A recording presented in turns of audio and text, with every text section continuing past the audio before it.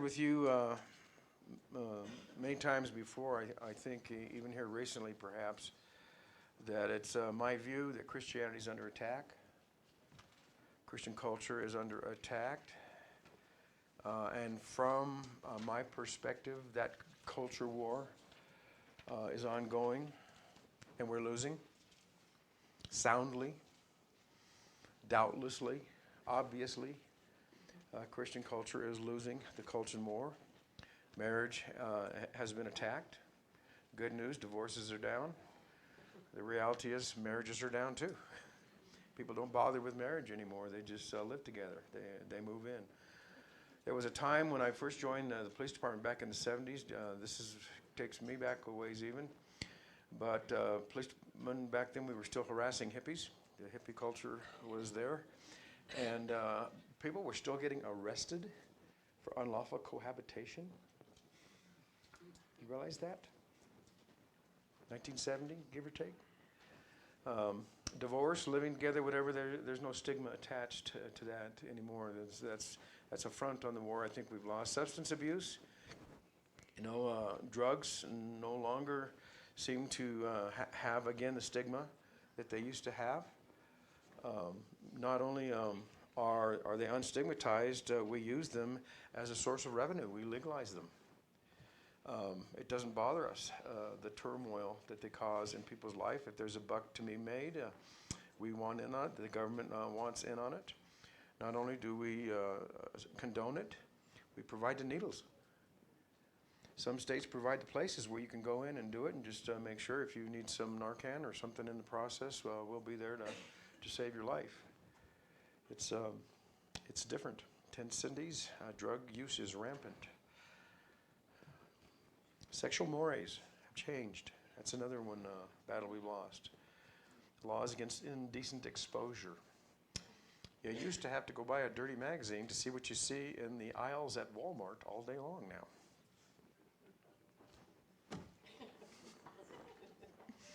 There's naked people in parades, you guys. And the kids are in the parades and the kids are watching it. It's okay. Child abuse, to me, exists now. It's condoned. I would call it in a form of what we call gender reassignment. We conduct routine child abuse, and nobody seems all that shocked about it.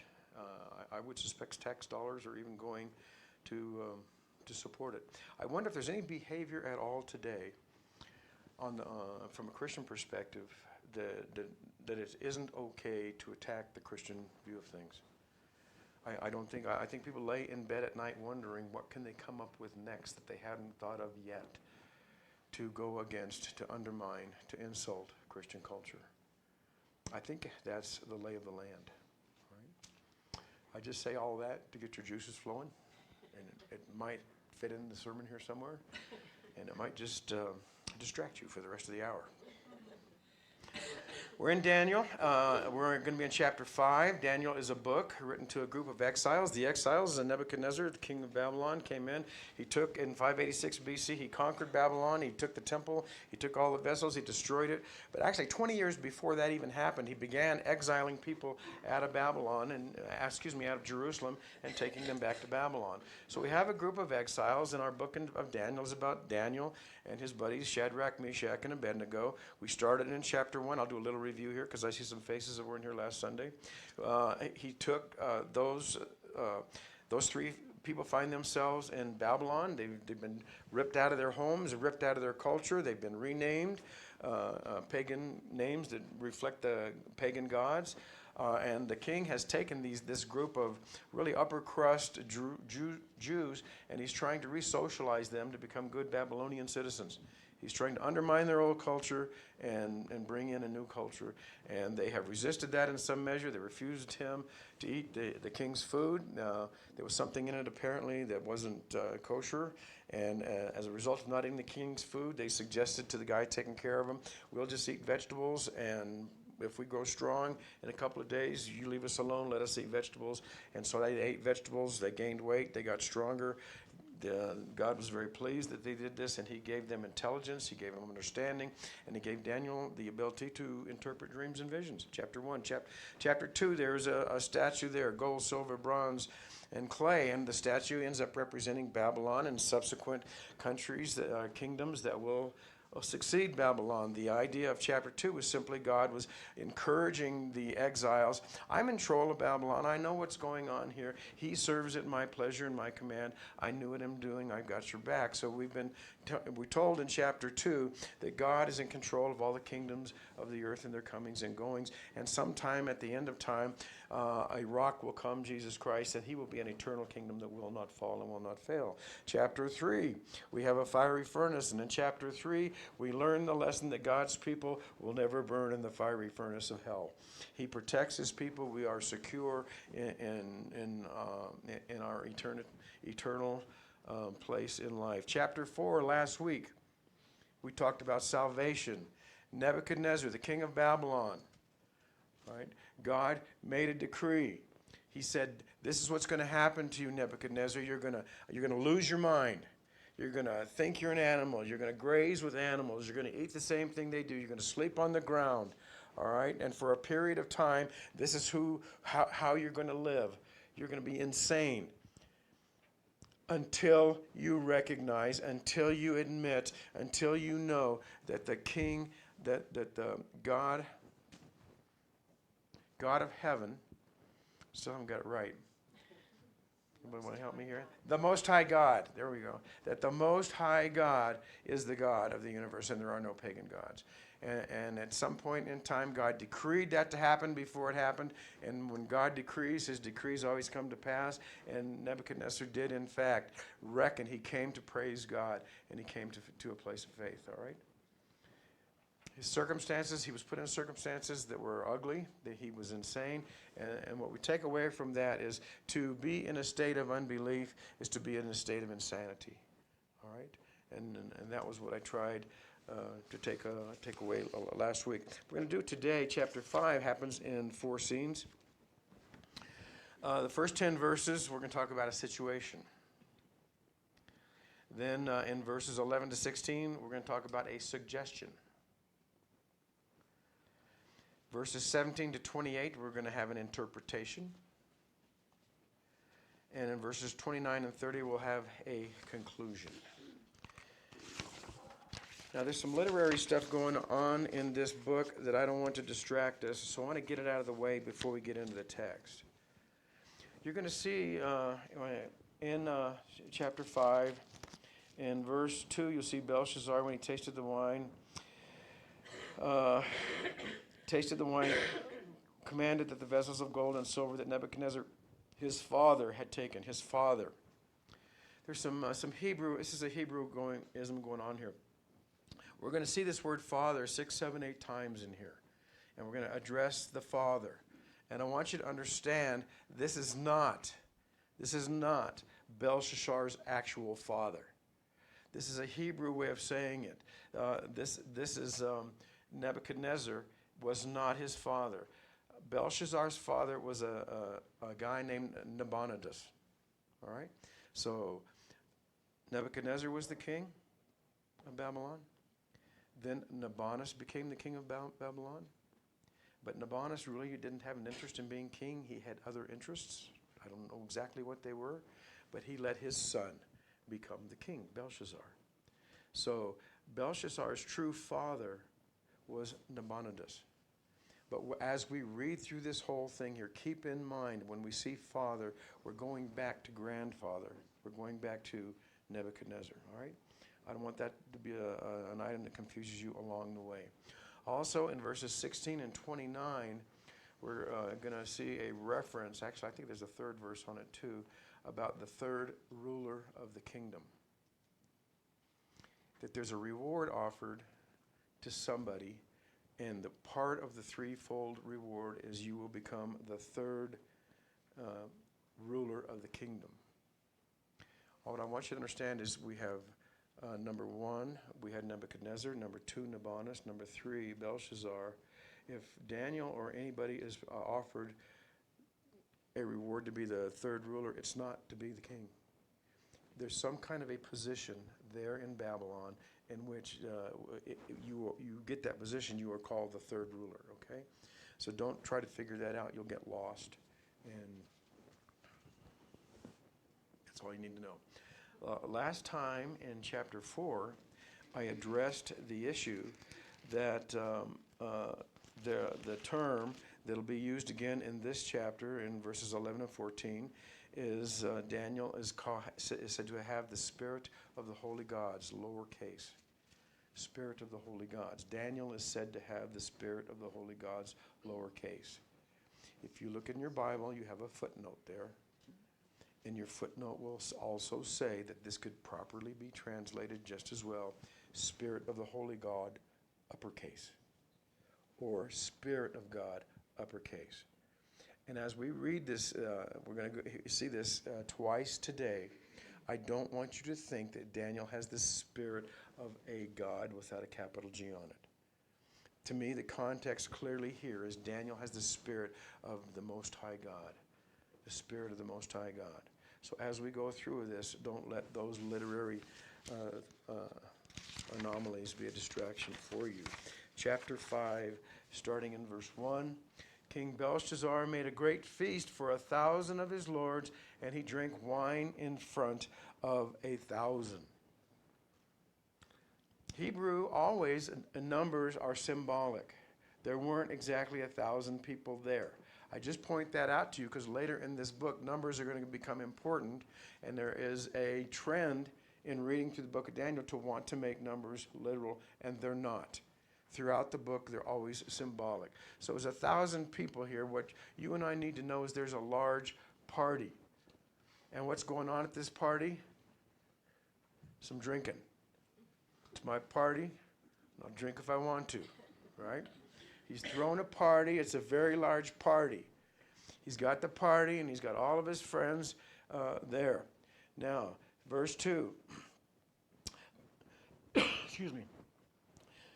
Belshazzar, when he tasted the wine, commanded that the vessels of gold and silver that Nebuchadnezzar his father had taken out of the temple in Jerusalem, he brought, that the king and his lords and his wives and his concubines might drink from them.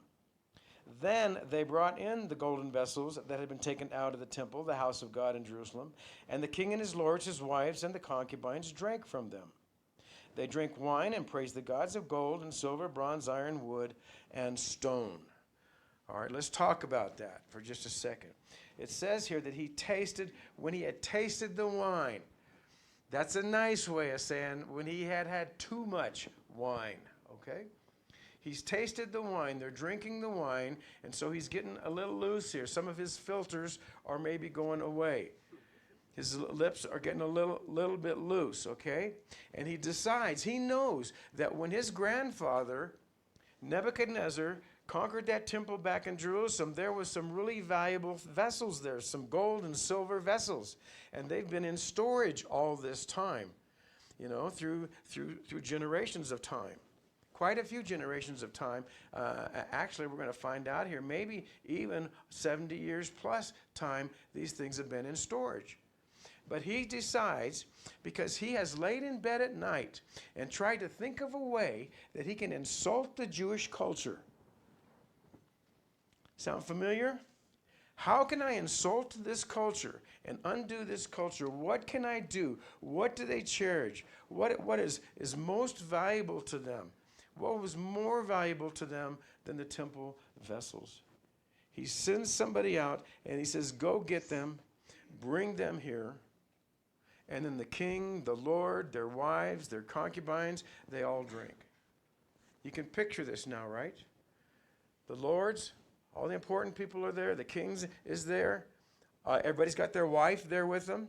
And in this culture, they had concubines too, additional wives that serve them in different ways.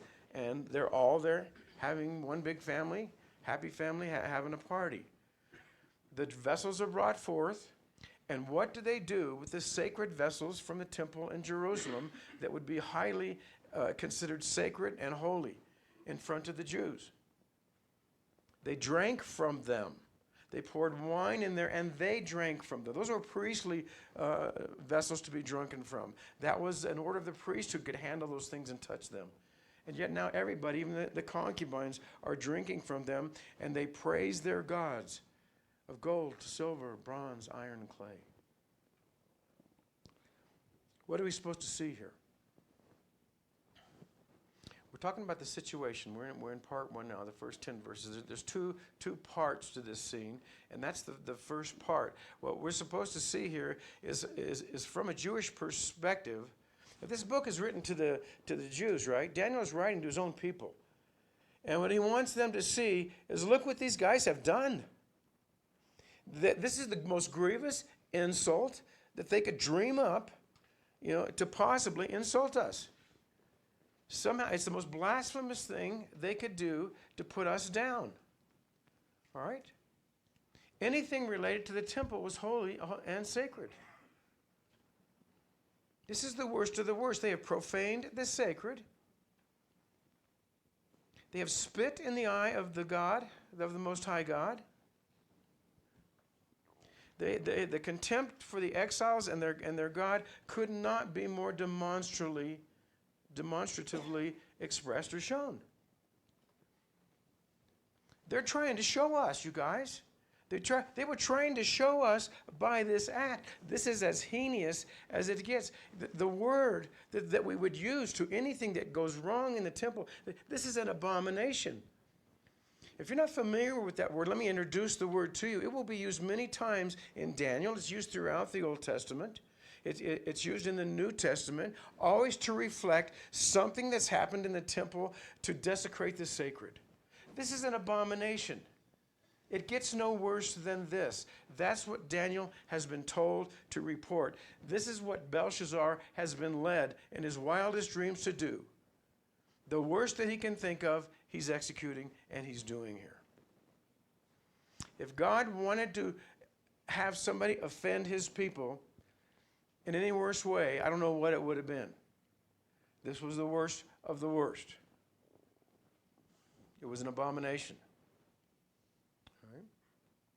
That kind of sets the tone, for the rest of the chapter here. Okay? Belshazzar has acted in the extreme. We'll keep reading here. This is the second part of the situation. Immediately the fingers of a human hand appeared and wrote on the plaster of the wall of the king's palace opposite to the lampstand. And the king saw the hand as it wrote. I want to stop here. I want to camp on something. I want to camp on one word. This is, I think, the most important word to follow through the chapter with. The word is immediately. He's done what he's done, the most grievous thing he could possibly think to do, the most insulting. He spit in the eye of God. He spit in the eye of the Jews that are there. All right? Immediately, something happens. Immediately, something happens. All right? Now, last time we met, last Sunday in chapter 4, salvation came to Nebuchadnezzar, but he didn't have it initially. He didn't have it until God put him in and made him insane. And after he realized the Most High God rules, that's when his insanity went away and his reason returned to him. Same kind of thing in the New Testament. If you think of the prodigal son goes out, he does what he does, and at some point, the text says in Matthew that he came to his senses. His reason returned to him. And when it did, then he returned, okay? Same thing. So we got another salvation story here. We're worried about Belshazzar here. He's not looking too good, is he? All right? So if he's not looking too good, is this going to repeat what happened in chapter 4? Is he going to get a reprieve? Is God going to do something to bring Belshazzar along? Well, what I'm going to suggest to you, what's going to happen to Belshazzar after he does this, it's going to happen immediately. It's going to happen right now. We're still there. Right now, as we're still there, performing this abomination, engaging in this abomination, something happens right now. If I had my act together when you drove in here this morning, the sign out there would have said, right now. Okay? On your bulletin, if you collect a bulletin when you come in, you look at the title of the sermon, it's right now. Okay? I'm working on right now this morning. Right now, I'm working on right now this morning. Is he going to get a reprieve? No, he's not. Let me just warn you right now, because this hand is prescribing some doom. I'm cheating. I'm going ahead. But you probably know the story. And if you don't, what's happening to him right now is his salvation is lost. His abomination was so bad, it gave so much evidence to his lack of faith, unbelief, his depravity, that he is lost. All right? He's not going to have a chance like Nebuchadnezzar had for a deathbed conversion. He's not like a thief on the cross who gets into heaven so close to burning in hell that he gets into heaven smelling like smoke. He's gone. He's done. Immediately right now, he's done. Can you imagine yourself in such a situation? Can you imagine things going along and everything's great and life is wonderful, and all of a sudden some catastrophe comes, and right now you're done. You're done. You're out of here. Hit broadsided, a car hits you, run concrete or whatever. Right now, you're done. Right now. This guy's living on the top of the world, and right now something happens to him. We're about to hear from God a decree. And I suspect Belshazzar has some things undone. How would you like to get hit by a car and be gone in a moment, knowing that you have some things undone? Could happen? Probably not. That's what you're thinking. We're going to finish the chapter, even though I'm kind of hinted, told you here how it's going to go. But there's some writing on the wall here. And the writing on the wall is with a Sharpie. It's not on a erasable whiteboard. It's not on a chalkboard. This is not coming off. This is on plaster. All right? Because it says here, then the king's colored, and it wrote on the plaster of the wall of the king's palace opposite the lampstand. And the king saw the hand as it wrote. Then the king's color changed, his thoughts alarmed him, his limbs gave way, and his knees knocked together. The king, and his knees knocked together. Stop there. Something supernatural has happened. This isn't just, special light. You go to Disneyland and they were able to put videos up in the sky. I guess they put smoke up there and then they telecast it on the sky, or maybe there's some kind of artificial intelligence coming and they're going to be able to do hands. It's just a hand, there's no body attached to it or anything. But this is like, whoa. He knows what's going down here. And he knows in the back of his mind, what I just did was pretty grievous. It was kind of off the chart. But the supernatural event has come, and his color changed. His thoughts are alarmed. We're going to keep seeing this word alarm. Alarm is the key word. It will keep being repeated. His limbs give way. His knees are knocked together. Okay? Some fun Hebrew here. His color changes. He's alarmed. His limb gives way. Literally in Hebrew, his limbs became untied. He has untied limbs. Okay? Wonder what that feels like. Have untied limbs. It says his knees knocked together. Literally in the Hebrew, it says the knots of his loins are loosened. Did he wet himself? The knots of his loins are loosened. So you got to picture this guy with untied limbs. The knots of his loins are loosened. You got to picture this. I got several pictures of this is in my mind from back when I was a policeman, of seeing people in absolute panic mode, just collapse, and they can't talk, they can't sing, they can't tell you what happened. They've just folded. And that's essentially what's happened here. One time we took a silent alarm at an elementary school, and windows open, so me and my this other guy, Pat, we're covering each other. We walk, climbing the window. We're crawling through the building, and we can hear these two young guys talking down the hall. And we walk down the hall, and as we get down the hall, Pat goes, watch this. And he gets right up there, and he jumps out, and he goes, "Police, freeze!" really loud. And the kid, the knots of his loins were loosened. I didn't transport him downtown. Pat yelled. Pat had to take him downtown. I'm just saying, this guy is done. He gives up. He's not going to. Sometimes you have fight or flight. It should be fight or flight or fold. To me, he's folded. He can't fight. He can't run. He has just completely folded to the whole circumstance. And you know what? He's there, and there's 1,000 people watching. There's 1,000 people seeing what's happened, wondering. I thought this guy was king. I thought this guy was in charge. Get into the moment. Get into the scene here. So what does he do? Well, the king called loudly to bring in the enchanters, the Chaldeans, and the astrologers. The king declared to the wise men of Babylon, "Whoever reads this writing and shows me its interpretation shall be clothed with purple, and have a chain of gold around his neck, and shall be the third ruler in the kingdom." Then all the king's wise men came in, but they could not read the writing to make known to the king the interpretation. Then King Belshazzar was greatly alarmed, and his color changed, and his lords were perplexed. So what's happening here is, once again, we call in the enchanters, the Chaldeans, and the astrologers, who will, as a group from here on out, we'll call them the wise men. Okay, that's what he keeps calling them now, is the wise men. He calls in the wise men, and once again, they fail. The wise men, this is their third appearance in the book. They failed to be able to interpret his first dream. He says, "Tell me what I dreamed," and they couldn't tell him what he dreamed. Then he had another dream. This time he told them what he dreamed. He said, "What does it mean?" They couldn't tell him what it meant.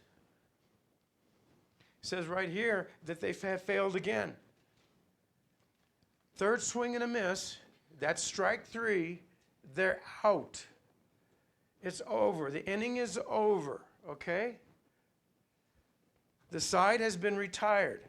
This was the best we had. These were the wise men of the kingdom, and they were helpless to interpret the dream, or the hand, what the hand has done here. All right? He remains alarmed. His color still changed. And again, the people, the thousands, it says there, the lords were perplexed. His color changed, and his lords were, the people there with him. He's being humiliated, you guys. He started this thing off with a great mighty act there in the hall banquet, and he's been humiliated. He's been brought to his knees. Right? His loins are loosened. He's untied. In summary, he's found himself in a very grievous situation. His unbelief has not been benign or ambivalent towards their God. He's been hostile. Last week in 4, we were given the picture of a man who was insane. This week we are given a picture of a man who's not just ambivalent about another faith, he is hostile to it. And he's done a hostile act to it. All right? He has committed an abomination. The writing is on the wall for him. And that writing on the wall, don't miss it. It's a decree of God. And when we learned last week, God's decrees come to pass. The decrees of man fail. They are forgotten. They go away. They change in time. But the decrees of God come to pass. And what is written on that plaster wall will come to pass. Period. Immediately, right now, his fate is sealed. What's he going to do? He's brought the wisest of men. Is there any solution? Is there any suggestion on what he might do? Yes, there is. Okay, we get to sing too. A suggestion will be made here. Now, when a man messes things up, as we sometimes do, want to take a vote on that? What straightens a man out usually? A woman, okay? So we have a woman comes to the scene and comes to save the day. And in this case, it's a queen. The queen, verse 10, the queen, because of the words of the king and his lords, came to the banquet hall. And the queen declared, okay? She declared, O king, live forever. Stop a minute. Who is this? You know, initially you want to read this and you want to say, well, we're talking about Belshazzar. He's the king. He's the queen. No. Because see back earlier in the chapter, in verses 2, 3, and repeated, when they had the banquet there, it said that the lords were there, king was there, the lords were there, their wives, and their concubine. Now, I have no doubt that Belshazzar is married. He doesn't seem to me like the kind of guy that would stay single for very long, you know. And so I believe his wife was already there. Now we have a queen has come in. So the question, the queen of who? So we have two options here. This is either Nabonidus' wife, his father's wife, the queen, and that would make this his mother. The queen has come in. Or it could potentially be in time, a scale of time. This could even be Nebuchadnezzar's wife. Because some of the stuff she's going to talk about here, she may have been there personally to have observed. Or if it's just his mother, you know, maybe the information was passed on to Nabonidus' wife. So this is the main idea is it's a woman. It's not his wife. So probably she's older. So we might expect, as we do with most of us older folks, that there's great wisdom has entered the hall, an older woman. So she comes in, she honors him, and she addresses him first, okay? She knows the protocols, she knows the etiquettes, and she performs them. Then starting in verse 11, it says, let not your thoughts alarm you or your color change. There is a man in your kingdom in whom the Spirit of the holy gods, capital G, has the Spirit of God. In the days of your father, Nebuchadnezzar, light and understanding and wisdom like the wisdom of the gods were found in him. And King Nebuchadnezzar, your father the king, made him chief of the magicians, enchanters, Chaldeans, astrologers, because an excellent spirit, knowledge, and understanding to interpret dreams, explaining riddles otherwise in the Hebrew, untied knots, he could untie knots, riddles and solve problems were found in Daniel, whom the king named Belshazzar. Now let Daniel be called and show the interpretation. All right? So she's making a suggestion. In her wisdom, she's coming in, she acknowledges, you know, to Belshazzar that he's the king. But she says a very important thing here. She says in 11 there's a man. There is a man. There's a man who might be able to help you here. I read that, and you know what it reminded me? It reminded me of the woman at the well in John chapter 4, and Jesus goes up there and he offers, he gets a drink, and he says, I have water that you'll never thirst again, water you know not of. And he tells the woman all about her divorces and all the husbands that she's had. And eventually, at the end of the conversation, she realizes this is Messiah.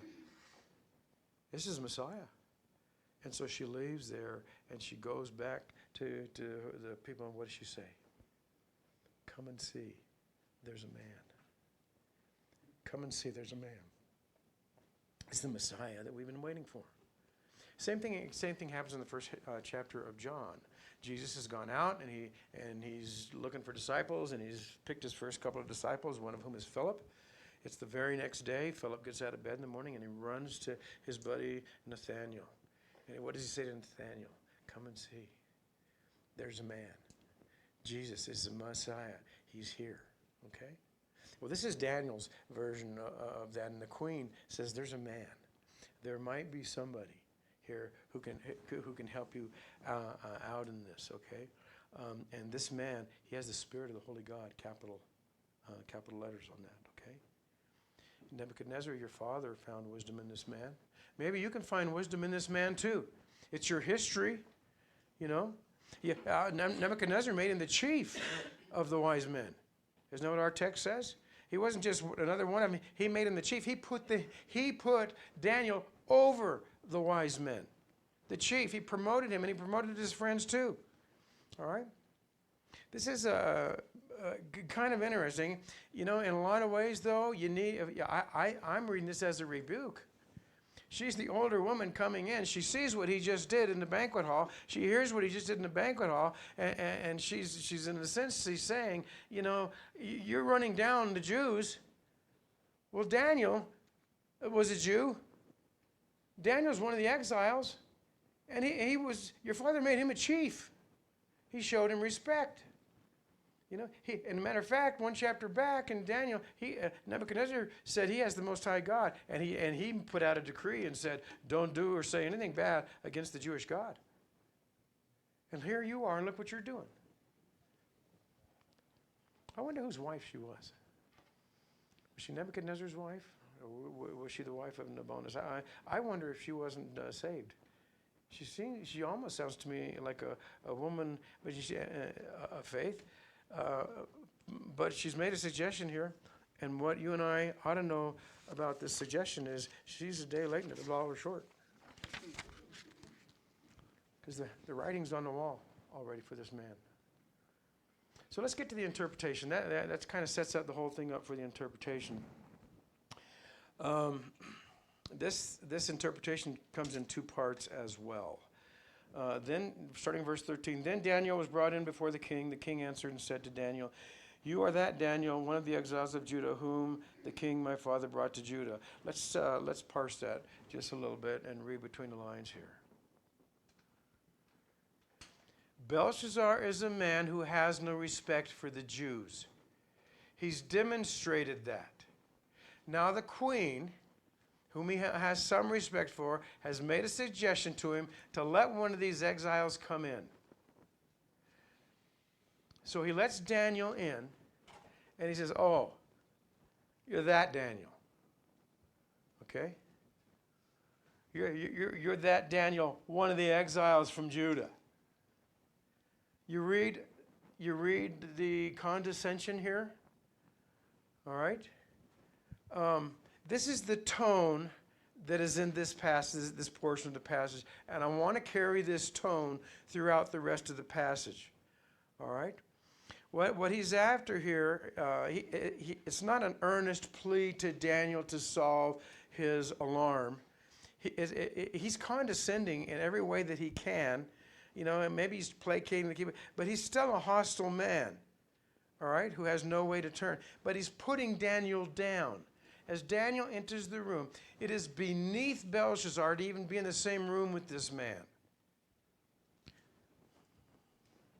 I've heard of you, and that the Spirit of God is in you, and the light and understanding and excellent wisdom are found in you. And now the wise men, the enchanters, have been brought in before me to this writing and make known to me its interpretation. They couldn't show me how the interpretation of matter, but I've heard that you can give interpretations and solve problems.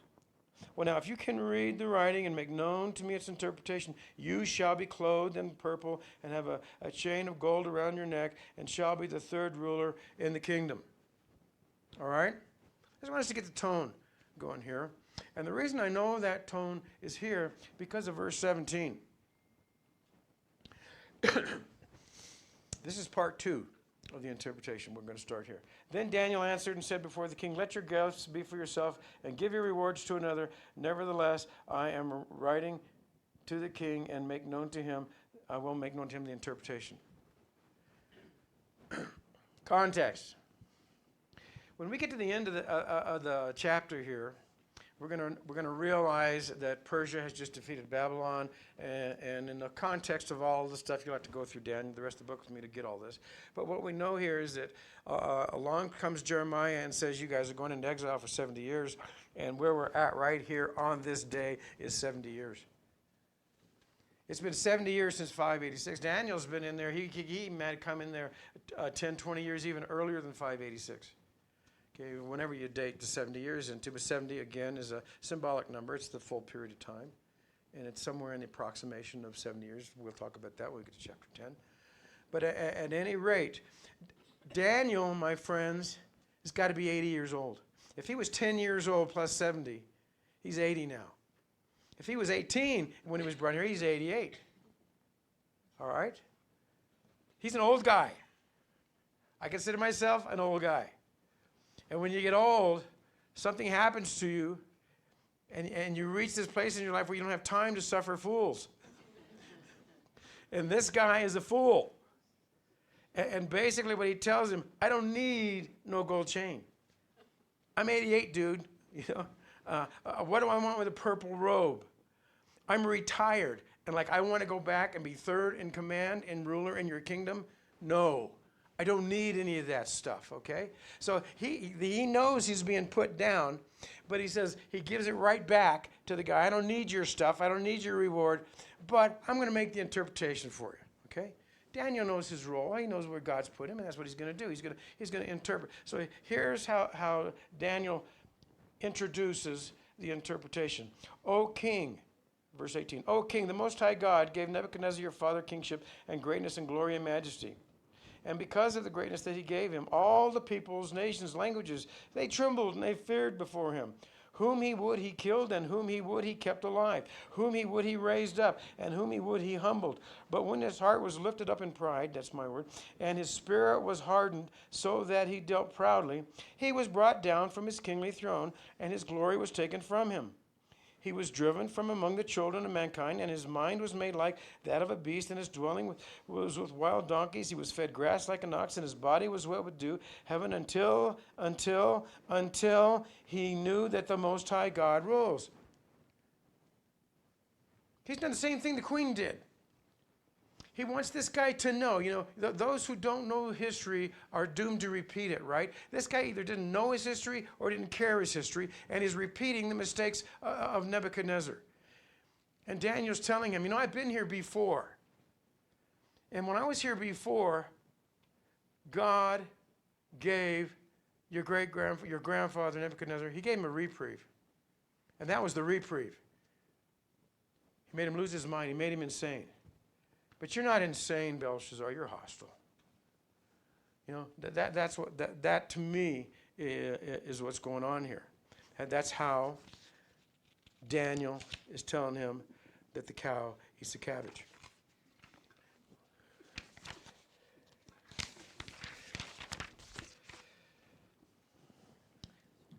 Verse 22.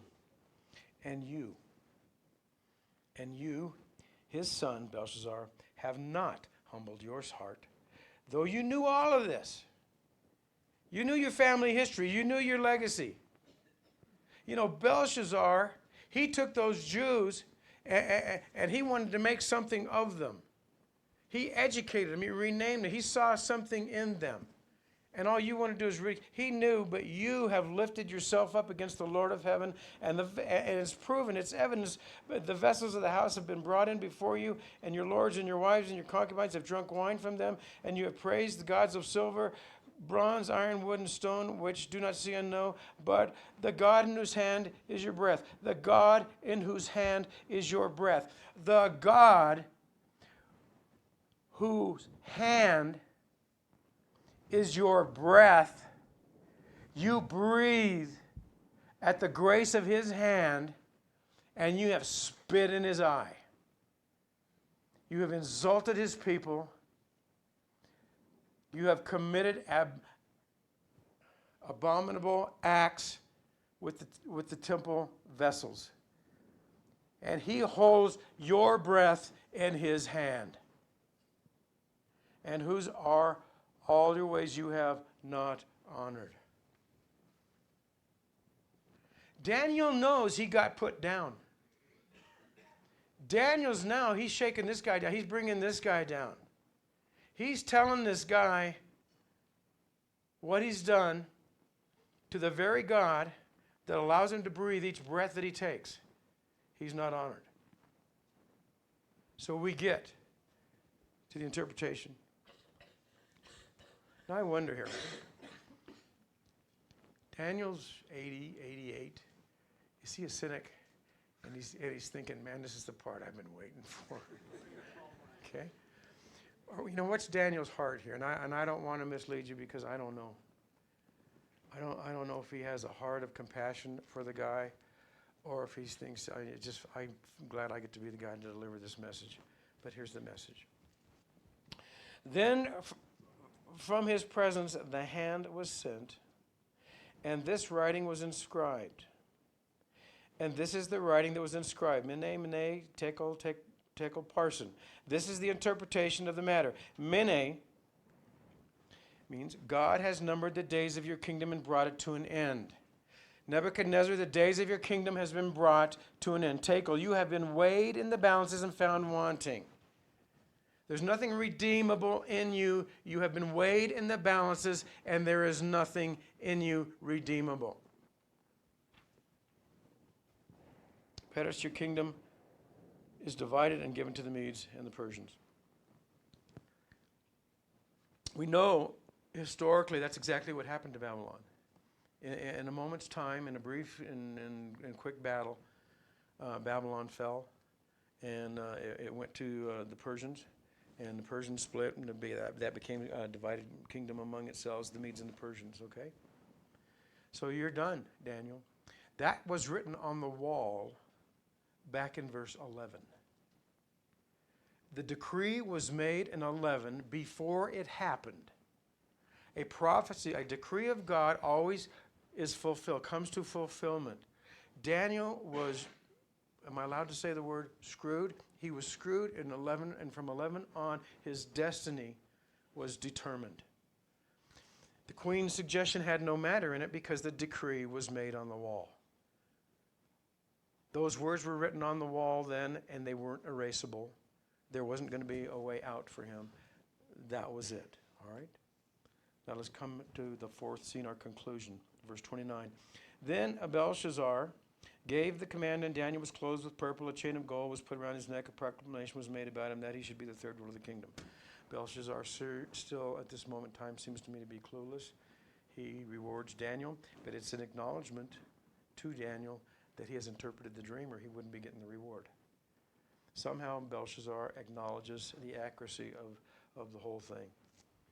Then that very night, Belshazzar, the Chaldean king, was killed, and Darius, the Mede, received the kingdom, being about 62 years old.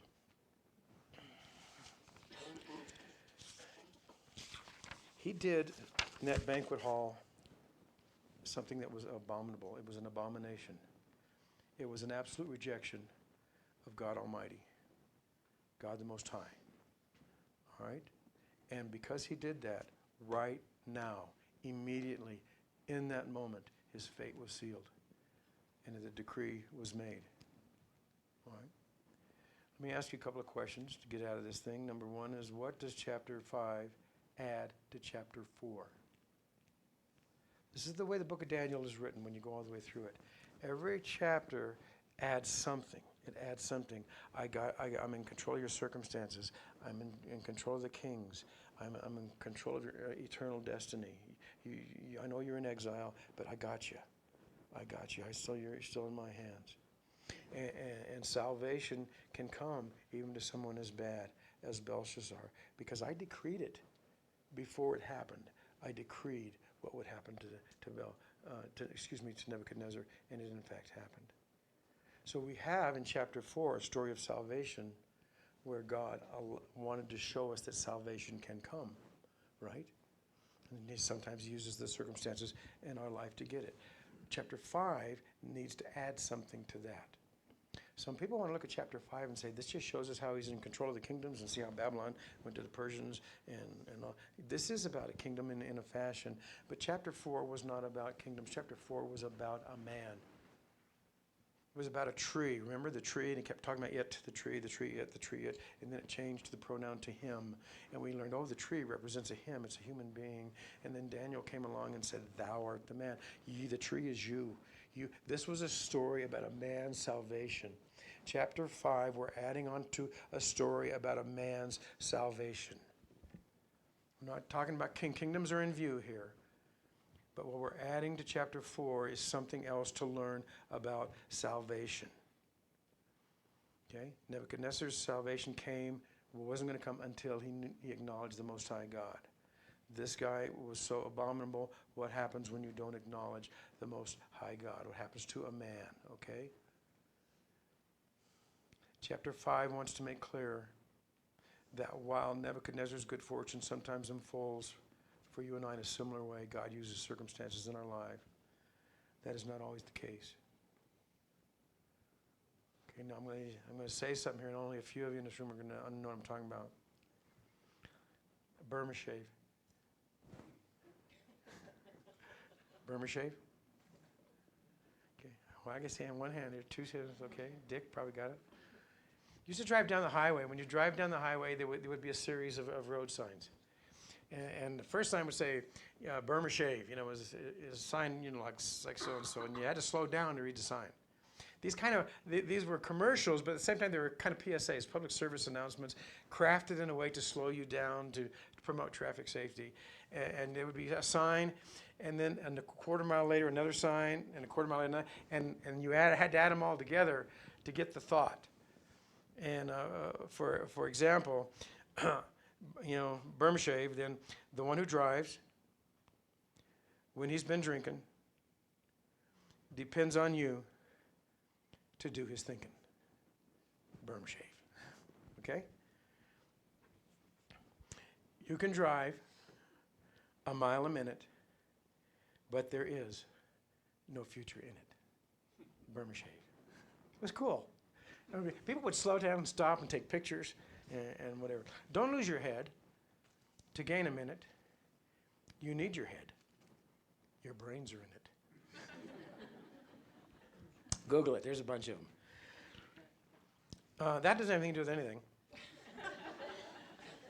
I can remember driving with you to Harris Canyon and going places. This is back before the freeway. It was just a two-lane. 66 was just two-lane road going through there. And it wasn't the Burma shave signs that I remember.